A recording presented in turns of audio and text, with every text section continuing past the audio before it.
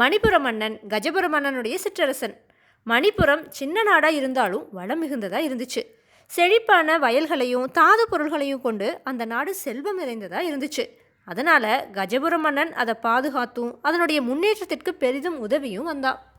இந்த செழிப்பான மணிப்புரத்து மேலே வீரபுர மன்னன் ஒரு கண் வச்சிருந்தான். ஒரு நாள் திடீர்னு படையெடுத்து வந்து அதை கைப்பற்றியும் விட்டான். இதை பார்த்த கஜபுர மன்னன் திகைச்சு போனான். மணிப்புரத்தை காப்பது தன்னுடைய கடமைன்னு நினைச்சாலும் வீரபுர மன்னனை எதிர்க்கிற அளவுக்கு அவன்கிட்ட படை இல்லை. என்ன செய்யலான்னு யோசிச்சு கஜபுர மன்னன் தன் அமைச்சரின் உதவியை நாடினான். அமைச்சரின் ஆலோசனையின் பேரில் சிங்கபுர மன்னனான கேசரிவர்மனுடைய உதவியை நாடினா கஜபுர மன்னன். கேசரிவர்மன் கஜபுர மன்னனுடைய நெடுநாளைய நண்பன், நேர்மையானவனும் கூட.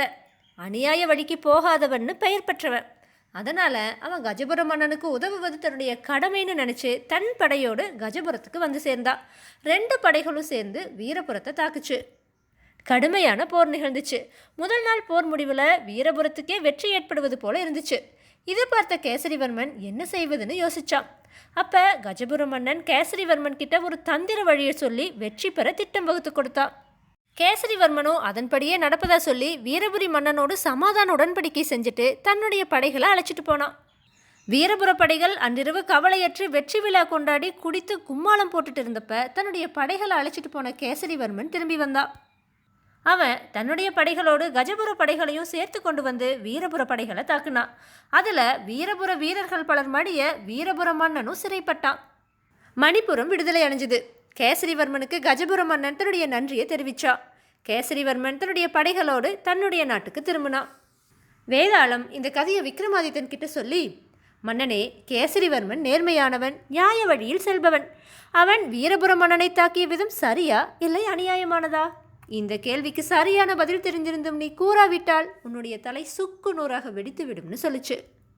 இதை கேட்ட விக்ரமாதித்தன் வேதாளத்துக்கிட்ட, கேசரிவர்மன் மணிப்புரத்தை காப்பது தன்னுடைய கடமை என கருதினான்.